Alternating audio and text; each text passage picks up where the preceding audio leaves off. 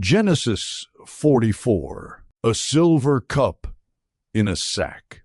Now Joseph gave these instructions to the steward of his house. Fill the men's sacks, as much food as they can carry, and put each man's silver in the mouth of his sack. Then put my cup, the silver one, in the mouth of the youngest one's sack, along with the silver for his grain. And he did as Joseph said. As morning dawned, the men were sent on their way with their donkeys. They had not gone far from the city when Joseph said to his steward, "Go after those men once, and when you catch up with them, say to them, 'Why have you repaid good with evil?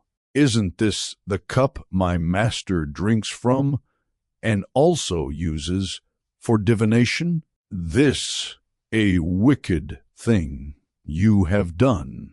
When he caught up with them, he repeated these words to them. But they said to him, "Why does my lord say such things?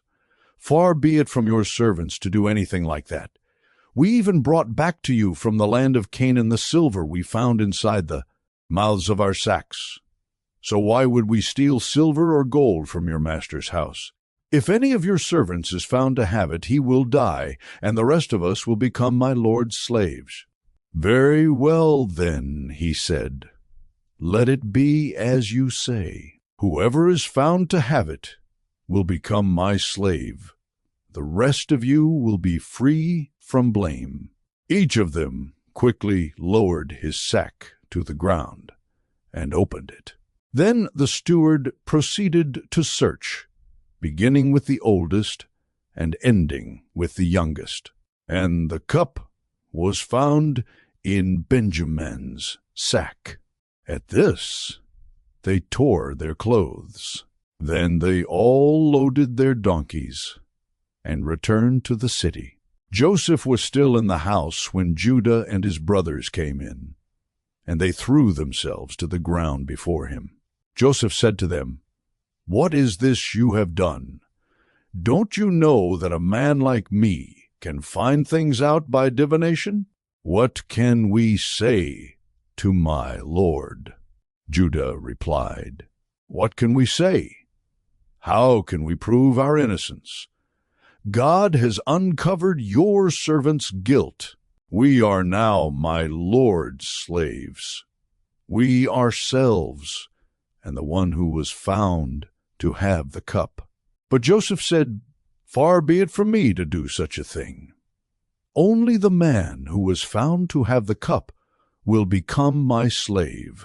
The rest of you, go back to your father in peace." Then Judah went up to him and said, "Pardon your servant, my lord. Let me speak a word to my lord. Do not be angry with your servant, though you are equal to Pharaoh himself." My lord asked his servants, "Do you have a father or a brother?" And we answered, "We have an aged father, and there is a young son born to him in his old age. His brother is dead, and he is the only one of his mother's sons left, and his father loves him." Then you said to your servants, "Bring him down to me, so I can see him for myself." And we said to my lord, "The boy cannot leave his father. If he leaves him, his father will die." But you told your servants, "Unless your youngest brother comes down with you, you will not see my face again." When we went back to your servant, my father, we told him what my lord had said. Then our father said, "Go back and buy a little more food." But we said, "We cannot go down. Only if our youngest brother is with us will we go. We cannot see the man's face unless our youngest brother is with us." "Your servant," my father said to us, "you know that my wife bore me 2 sons. One of them went away from me, and I said, 'He has surely been torn to pieces.' and I have not seen him since.